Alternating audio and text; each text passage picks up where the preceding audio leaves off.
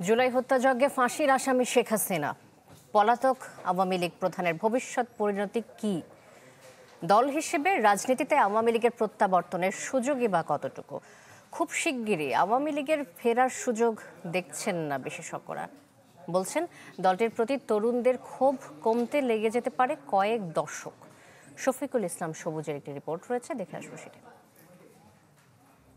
নতুন বাংলাদেশ গড়তে এলো জুলফিকার স্টিল। জুলফিকার স্টিল, ইস্পাত দৃঢ় অঙ্গীকার। ৭৫-এর ১৫ আগস্টের ৫ বছর পর দেশের মাটিতে প্রত্যাবর্তন শেখ হাসিনার। নানা সমীকরণ মারিয়ে সক্রিয় রাজনীতিতে ২১ বছর পর ক্ষমতার স্বাদ পায় আওয়ামী লীগ। সেই যাত্রার সব বিতর্ক ছাপিয়ে যায় ২০০৯ থেকে ২০২৪ পর্যন্ত শেখ হাসিনার শাসন আমলের নানা অপকীর্তিতে।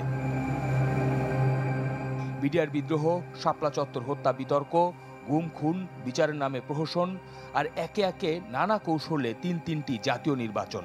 গণতন্ত্রপন্থী থেকে শেখ হাসিনার অধ্যায় শেষ হয় ২০২৪-এর ৫ আগস্ট স্বৈরাচার তকমায়, যা প্রমাণিত আন্তর্জাতিক অপরাধ ট্রাইব্যুনালের রায়েও।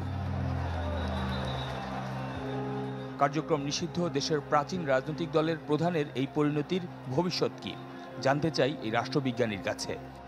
আওয়ামী লীগ দেশের একটি বড় রাজনৈতিক দল, আশা করছিল যে তারা নির্বাচনে সম্মুখীন হতে পারবে, পাশ্চাত্যের চাপে, ভারতের চাপে তারা নির্বাচনে অংশগ্রহণ করতে পারবে, কিন্তু সেটি এই বিচারের ফলে আরও কঠিন হয়ে গেল। আওয়ামী লীগ দল হিসাবে মৃত্যুর সম্মুখীন হয়েছে।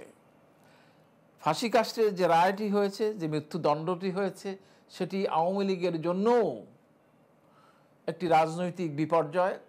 তার মতে গেল ১৫ বছর যে ধারা তৈরি হয়েছে সমাজ কাঠামোতে, তা কিছুটা হলেও অব্যাহত থাকবে আগামীতেও, যে কোনো মোড়কে। আবার যে ফিরে আসবে এরকম সম্ভাবনা খুবই খুবই খুবই খুবই ক্ষীণ, বা এটা দীর্ঘায়িত হবে, যেটা বললাম আমি, ৪২ বছর। এর মধ্যে একটা Awami League will be subdivided, ফ্রাগমেন্টেড। Awami লীগের নতুন আওয়ামী লীগ কয়েকটা আওয়ামী লীগ হবে। তিনি মনে করেন আওয়ামী লীগের ওপর মানুষের, বিশেষ করে জেনজি প্রজন্মের যে আক্রোশ, তা কমতে আরও কয়েক দশক লাগতে পারে। শফিকুল ইসলাম সবুজ, চ্যানেল 24, ঢাকা।